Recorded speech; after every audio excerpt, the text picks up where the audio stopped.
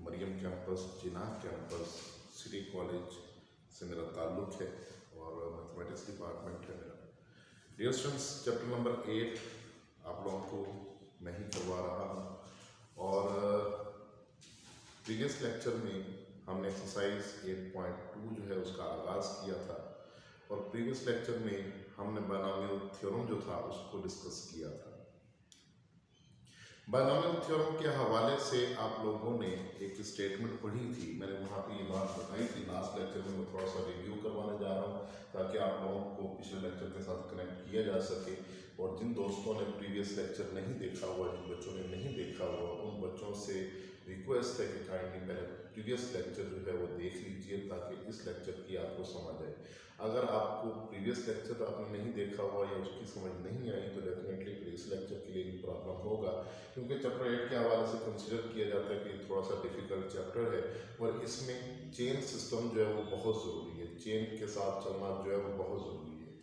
तो dear students, अब यहाँ पे बायनॉमियल मैंने आप लोगों को बताया था कि a प्लस b जब दो चीज़ें आपके पास ऐड होती हैं तो उसको हम बायनॉमियल कहते हैं और उसके ऊपर पावर लगा दें m तो ये बायनॉमियल थ्योरम बन जाता है। और इस थ्योरम को एक्सपैंड करने का जो तरीका था वो हमने सीखा था कि nc 0 है, a power n plus nc 1 है, a पावर क्या हो जाएगी n माइनस 1 इंटू b हो जाएगा। यानी अब आहिस्ता आहिस्ता a की पावर कम होती चली जाएगी और b की पावर इंक्रीज होती चली जाएगी। nc2 a power n minus 2 into हो जाएगा b square to so on. आगे हो जाएगा हमारे पास ncn b raise to power n। ये थी हमारे पास बायनॉमियल थ्योरम की स्टेटमेंट। तो डियर स्टूडेंट्स, ये तो हमने समझ लिया इस स्टेटमेंट को। इसके मुताबिक हमने क्वेश्चन नंबर 1 और क्वेश्चन नंबर 2 जो था वो भी परफॉर्म कर लिया। अब आज इस लेक्चर के अंदर हम जो डिस्कस करने जा रहे हैं वो है हमारे पास general term of the binomial theorem. अब बायनॉमियल थ्योरम की जनरल टर्म हमारे पास क्या है, देखिए मैं यहाँ पे इसको जरा मेंशन करता हूँ, आप जरा नोट कीजिएगा। मैं यहाँ पे लिखता हूँ जी जनरल टर्म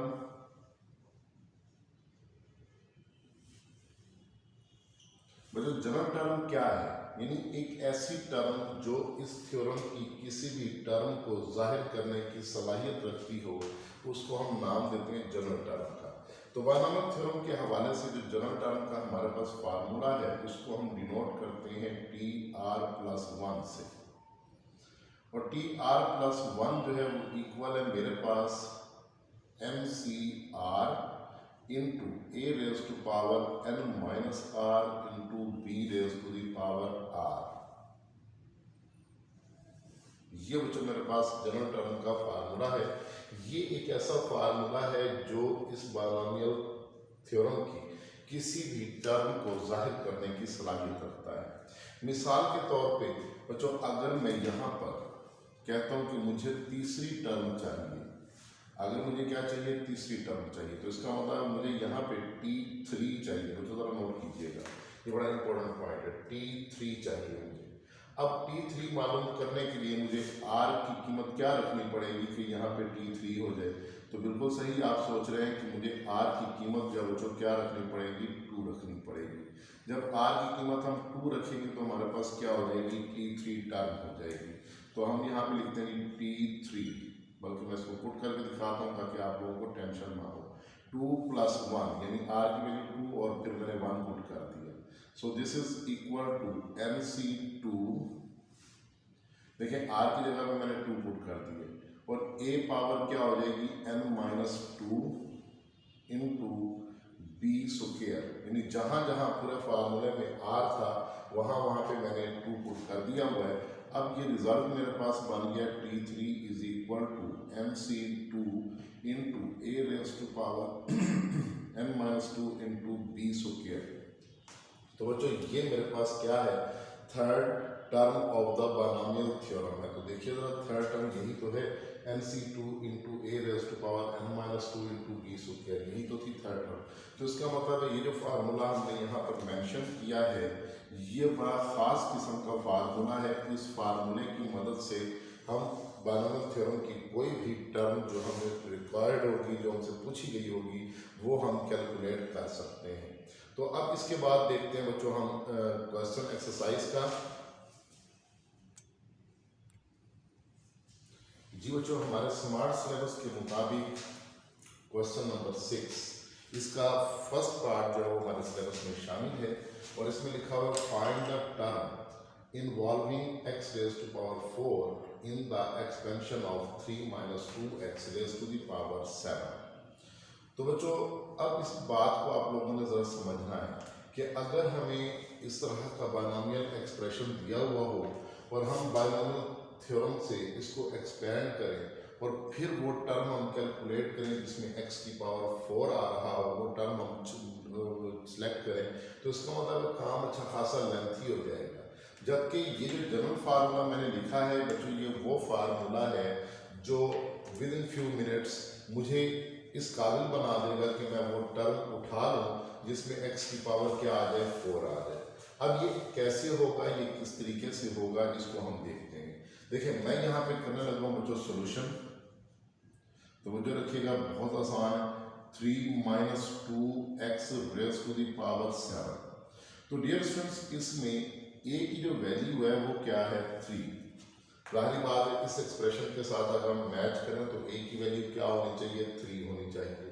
और यहाँ पर b की जो वैल्यू है वो क्या होनी चाहिए, -2x, क्योंकि प्लस b है ना यहाँ पे, तो यहाँ पे -2x है, तो इसका मतलब b की वैल्यू हो जाएगी -2x। और इसी तरीके से n की जो वैल्यू है वो बच्चों हमारे पास हो गई 7। अब यहाँ पे r जो है इस फार्मूले में टोटल 4 चीजें हैं, a है, b है, 2 हो गए, उसके बाद n है और r है, 2 चीजें ये हो गई, टोटल चीजें हैं 4। अगर चारों चीजें मालूम फिर तो मसला ही कोई नहीं, लेकिन चारों चीजें अगर वो देगा तो फिर क्वेश्चन भी कोई नहीं होगा।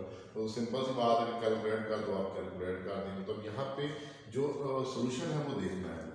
अब r मुझे मालूम ही नहीं है कि वो कौन सी टर्म है, वो कौन सी पोजीशन है जिसमें x की पावर 4 आएगा। मुझे असल में ये रिक्वायरमेंट है कि मतलब वो कौन सी टर्म है जिसमें x की पावर 4 आएगा और फिर मुझे करना क्या होगा।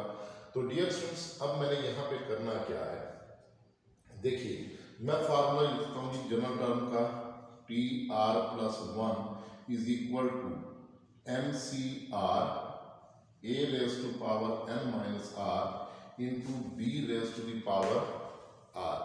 अब मैंने यहाँ पे करना क्या है, देखिए मैंने यहाँ पे r की वैल्यू तलाश करनी है जो कि मुझे मालूम नहीं है। मैं यहाँ पर लिखता हूँ TR+1 is equal to MCR लिखा हुआ है, n की वैल्यू है मेरे पास 7 और r हमारे पास एज इट इज आ गया। a की वैल्यू है मेरे पास 3 और 3 raise to power 7 minus r लिखा गया, क्योंकि जहाँ जहाँ जो वैल्यू मेरे पास अवेलेबल है मैं वो पुट करता जा रहा हूँ और जो अवेलेबल नहीं है अब जाहिर बात उसको तो छोड़ते जाएंगे, उसको कहीं आगे जाकर हम तलाश करेंगे। तो यहाँ से आगे बच्चों b की कीमत है मेरे पास -2x raise to the power r।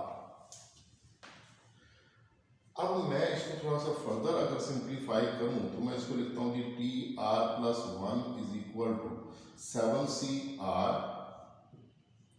3 raise to power 7 minus r into -2 raise to power r, और साथ ही मैंने यहां पर लिख दिया x raise to power r। बच्चों ये चैप्टर जो है ना बड़ा मुश्किल कंसीडर होता है, तो आप लोगों ने बिल्कुल तसल्ली रखनी है, इत्मीनान रखना है। ऐसा जिसमें कोई बात नहीं, अगर मैं ये पढ़ा रहा हूँ तो पूरे सुकून से और तसल्ली से पढ़ा रहा हूँ, आपने भी तसल्ली से पढ़ना है, उसको मुश्किल कंसीडर नहीं करना। और इसकी प्रैक्टिस जो है वो आप साथ साथ करेंगे, इंशाल्लाह आपको हर बात जो है 101% क्लियर होगी। तो यहाँ से आगे देखो मेरे पास लिखा हुआ है 7CR 3 raise to power 7 minus r। मैंने -2 को अलहदा करके इसकी पावर r लिख दी और x की पावर r जो है मैंने अलहदा कर दी। अब यहाँ से आगे मुझे करना क्या है, देखो अब मुझे यहाँ पे x की पावर 4 नहीं चाहिए, बल्कि मुझे x की पावर r नहीं चाहिए, मुझे x की पावर 4 चाहिए। तो बच्चों मुझे यहाँ पे x की पावर 4 चाहिए, तो मैं एक काम करता हूँ, अकॉर्डिंग टू कंडीशन चलते हैं और मैं यहाँ पे x की जो पावर r है इसको कंपेयर कर लेता हूँ x की पावर 4 के साथ। तो यहाँ पे आपने ये स्टेप लेना है, क्योंकि ये हमारा कैलकुलेशन के साथ एक्स पावर आ रही हुई है और ये हमें बुक वाले ने दिया हुआ है एक्स पावर 4, तो मैंने इसको कंपेयर कर लेना है और यहाँ से मेरे पास r की जो वैल्यू है वो कैलकुलेट हो जाएगी 4। अच्छा, यहाँ पे एक बच्चे ने मुझसे क्वेश्चन पूछा, उसने कहा सर फिर तो इसका मतलब ये हुआ कि जितनी यहाँ पे x की पावर होगी वही r होगा। तो बच्चों ये बात ज़रूरी नहीं है, समटाइम्स ऐसा भी होता है कि यहाँ पे इस हिस्से में देखिए मैं साइड वर्क कर रहा हूँ, उसको नोट कीजिएगा। यहाँ पे x की पावर जो है वो सिंप्लीफाई करने के बाद आपके पास 2r प्लस समथिंग आ जाती है। लेट्स सपोज कि हम कर लेते हैं जी 4 है तो हम -4 कर लेते हैं। ये देखिए अब यहाँ पे समटाइम ऐसा भी होता है कि जब इसको हम इस जगह को सिंप्लीफाई कर लेते हैं तो x की सारी पावर्स इकट्ठी करने पर x की पावर 2r - 4 आ जाती है। तो फिर हम इसको वही काम करते हैं जो हमारी अकॉर्डिंग टू कंडीशन है, यानी हम इसको x की पावर 4 के साथ इक्वेट कर देते हैं और x की पावर 4 के साथ जब आप इक्वेट करते हैं तो बेस सेम होने की वजह से पावर भी क्या हो जाती है, सेम हो जाती है। तो यहाँ पे हम लिखते हैं जी 2r = -4 हो जाके ऐड होगा तो 8 हो जाएगा और यहाँ से r की वैल्यू क्या कैलकुलेट हो जाएगी, 4 कैलकुलेट हो जाएगी। तो कहने का मकसद ये कि यहाँ पे ये बात ज़रूरी नहीं है कि जो x की पावर हो r हमेशा वही होगा। ये तो डिपेंड करेगा इस बात पर कि यहाँ पे x की पावर क्या आ रही है। जहाँ पे जो x की पावर आएगी उसको हम x की पावर 4 के साथ इक्वेट करेंगे। अब बाय चांस ये क्वेश्चन ज़रा आसान था हमारे लिए, इसमें इतनी दिक्कत नहीं छोड़ी हुई, तो हमने सिंपल इसको कंपेयर किया x की पावर 4 के साथ और r4 कैलकुलेट हो गया। अब जस्ट मुझे करना ये है कि जहाँ जहाँ r है मुझे वहाँ वहाँ पे 4 को रिप्लेस करना है। बच्चों जब यहाँ पे मैं 4 रिप्लेस करूँगा तो 4 + 1 = क्या हो जाएगा, 7c4 into 3 raised to power 7 - 4 into -2 raised to power 4 into हो जाएगा मेरे पास x raised to the power 4। यानी जहाँ जहाँ r था बच्चों मैंने वहाँ वहाँ पे क्या रिप्लेस कर दिया, 4 को रिप्लेस कर दिया। अब ये मेरे पास बनेगा T5। जी बच्चों ये मेरे पास T5 इक्वल होगा 7c4 के। अब डेफिनेटली हमें कैलकुलेटर से हेल्प लेनी है। अगर आपने 7वां चैप्टर पढ़ा हुआ तो वेल एंड गुड, अगर नहीं पढ़ा हुआ तो फिर उसका जो है वो अल्टरनेट मैंने आपको बता दिया था प्रीवियस लेक्चर में, आपको पता है उसको। तो अब आपने क्या करना है, 7c4 को सिंप्लीफाई करना है। तो बच्चों 7c4 का आंसर मेरे पास जो कैलकुलेटर मुझे दे रहा है वो 35 दे रहा है। इंटू 3 raised to power 3 करेंगे, 7 - 4 3 होगा तो ये 27 बन जाएगा। इसी तरीके से -2 raised to power 4 करेंगे तो हमारे पास -2 raised to power 4 जो है वो 16 हो जाएगा और x की पावर 4 आ जाएगी।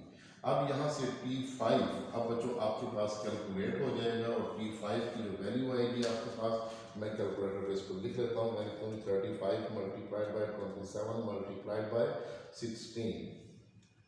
जी बच्चों तो इसका जो आंसर आ रहा है थोड़ा सा लेंथी सा आ रहा है, 15,120 into x raised to power 4। ये हमारे पास आंसर आ रहा है। ये मैंने रेड कलर में इसलिए लिखा ताकि ये इसके साथ जो है ना वो मैच ना हो जाए। मेरे पास आगे बोर्ड की स्पेस जो है वो खत्म हो गई है, अगर मैं इससे नीचे लिखूंगा तो वो आपको दिखाई नहीं देगा। तो डियर स्टूडेंट्स ये मेरे पास T5 यानी अब जरा नोट करें, ये 5वीं टर्म है जिसमें x की पावर क्या आ रही है, 4 आ रही है। अगर आपसे पूछा जाए कि x की पावर 4 किस टर्म में आएगी तो डेफिनेटली 5वीं टर्म में जिसमें आएगी, ठीक है। अगर आपसे ये पूछा जाए कि x की पावर 4 का यानी अगर हम इसको एक्सपैंड करें, अगर हम इसको क्या करें, बाइनोमियल थ्योरम को एक्सपैंड करें तो इसमें जो 5वीं टर्म होगी उसका कोफिशिएंट क्या होगा, तो भाई उसका कोफिशिएंट होगा हमारे पास 15,120। और अगर आपसे ये पूछा जाए कि x की पावर इसकी एक्सपेंशन करें और इसकी एक्सपेंशन में x की पावर 4 का जो कोफिशिएंट है वो बताएं तो वो आप बता देंगे 15,120। इसका क्या होगा, आंसर होगा। तो बच्चों देखते हैं हम अगले क्वेश्चन को, क्वेश्चन नंबर 7 को। जी बच्चों क्वेश्चन नंबर 7 इसका फर्स्ट पार्ट हमारे स्मार्ट सिलेबस में शामिल है। अभी जो क्वेश्चन नंबर 6 हमने परफॉर्म किया सेम उसी तरीके से इसको हमने परफॉर्म करना है। अब यहाँ पर वो हमसे पूछ रहा है find the coefficient of x raise to power 5 in the expansion of this. अभी जो क्वेश्चन नंबर 6 किया है मैं तकरीबन इसका आइडिया वहाँ पे क्लियर कर चुका हूँ आखिर में, जब मैंने कहा है कि मतलब ये एक्सपेंशन में अगर वो कहे कि x की पावर 4 का कोफिशिएंट बताएं तो क्या करना, तो बेटे ये इसी तरह से होना है। अब इस सवाल का चूँकि मैं सारा आइडिया समझा चुका हूँ इस बात का, तो अब मैं इसको थोड़ा सा ज़रा स्पीड से करूँगा ताकि आपको जो है ये समझ आ जाए और काम ये हमारा पूरा हो जाए। तो डियर स्टूडेंट्स अब मैं यहाँ पे लिखता हूँ सोल्यूशन में x square minus 3/2 x raise to the power 10। तो फार्मूला हमें मालूम है कि फार्मूला जनरल टर्म का TR+1 is equal to NCR a raise to power n minus r into b raise to power r है। तो बच्चों अब आप लोगों ने यहाँ पे वैल्यू पुट करनी है TR+1 is equal to n की वैल्यू मेरे पास 10 है और r की वैल्यू मेरे पास अननोन है। देखें ना जो इंडेक्स है वो n है, यहाँ पे मैं मेंशन कर देता हूँ सारी चीज़ों को।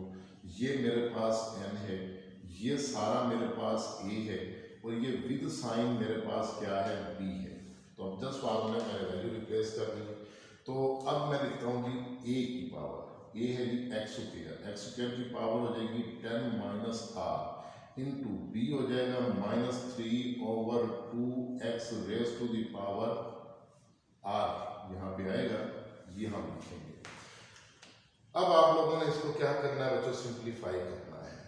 तो सिंप्लीफाई करते हुए मैं यहाँ पे इसको देखूंगा TR+1 is equal to 10CR x raise to power. बच्चों यहाँ पे पावर हो तो आपको पता है कि पावर्स मल्टीप्लाई होती हैं आपस में, तो 2 मल्टीप्लाई बाय 10 माइनस r करें तो इसका रिजल्ट होगा 20 माइनस 2r। तो यहाँ पे x की पावर हो जाएगी 20 माइनस 2r। ये पावर्स मैंने आपस में मल्टीप्लाई कर दी। इसी तरीके से -3 रेज़ टू पावर r हो जाएगा, बल्कि हम एक काम करते हैं, हम इसको जो है वो -3/2 करके इसकी पावर r अलग कर देते हैं और 1/x पावर r जो है ये अलग कर देते हैं। हाँ जी बच्चों देखिएगा जरा बात आपको समझ तो आ गई होगी, क्योंकि ये चैप्टर 8 की बात थोड़ी है, ये तो बचपन में आपने जो पढ़ी बात है कि वो है -3/2 की पावर r अलग कर दी और x की पावर r अलग कर दी।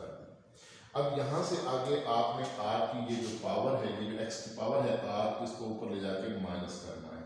तो ये हो जाएगा TR+1 is equal to 10CR x raise to power 20 minus 3r, r को ऊपर ले जाके माइनस कर देंगे तो 20 माइनस 3r हो जाएगा into -3/2 whole raise to power r। ये बच्चों मेरे पास एक सिलसिला जो है बन जाएगा। अब यहाँ से आगे हमने करना क्या है, हमने x की पावर 5 वाली जो टर्म है वो निकालनी, ये बात ज़हन में रहे। तो मैं यहाँ पे करने लगा हूँ बच्चों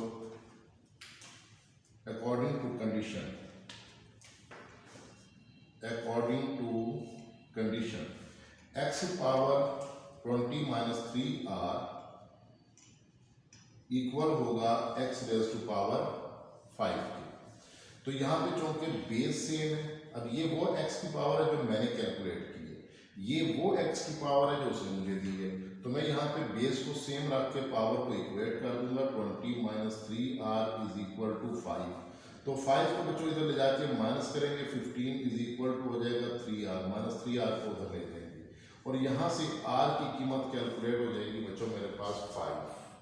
अच्छा ये बात आपने सवाल के अंदर करनी है बच्चों, ये सवाल का हिस्सा है मेरे पास, क्योंकि यहाँ पे स्पेस कम है तो इसलिए मैं साइड पे कर रहा हूँ, वरना बेशक आप इससे आगे यही काम जो है इससे आगे करते हैं तो कोई इशू नहीं। अब आपने करना ये है कि r की जो वैल्यू है वो यहाँ पे 5 पुट करनी है। तो ये बनेगा हमारे पास 5 + 1 is equal to 10C5 x raise to power 20 minus 3 multiplied by 5 into -3/2 raise to the power 5। अब बच्चों यहाँ से आगे डेफिनेटली आपको कैलकुलेटर से हेल्प लेनी पड़ेगी, कैलकुलेटर की हेल्प के बगैर थोड़ा सा काम औखा हो जाना है, काम टाइम टेकिंग हो जाना है। तो देखिए हम यहाँ पे करते हैं 10C5, तो 10C5 का बच्चों आंसर आ रहा है मेरे पास 252। ये 252 10C5 का मैंने आंसर लिख दिया। अच्छा, ये माइनस की पावर ऑड है, तो इसका मतलब है ये माइनस फिर शुरू में आ जाएगा, ख़त्म तो नहीं होगा। और इसी तरीके से मल्टीप्लाइड बाय 3⁵, हम देखते हैं कि 3⁵ किसके इक्वल होता है। ठीक है जी, 3⁵, इसका आंसर होगा जी बच्चों 243 डिवाइडेड बाय 2⁵ होगा हमारे पास 32 इंटू x⁻⁴ हो जाएगी 5। तो बच्चों अब तो आपको बात समझ में आ गई होगी। अब आपने जस्ट इनको मल्टीप्लाई करके 32 से डिवाइड करना है और रिजल्ट बन जाएगा। हम यहाँ पे करते हैं 252 मल्टीप्लाइड बाय 243 डिवाइडेड बाय 32। तो इसका जो आंसर आ रहा है मेरे पास वो थोड़ी सी कटिंग करके, यानी ये मेरे पास बनेगा माइनस, बल्कि हम इसको, ये तो खैर नहीं कटेगा इसके साथ, तो इसको काटने की कोशिश करते हैं क्योंकि मेरे पास कैलकुलेटर जो पॉइंट्स में आंसर दे रहा है। अगर आपके पास कैलकुलेटर अच्छे वाला है तो वो आपको फौरन आंसर दे देगा। तो मैं देखता हूँ कि 252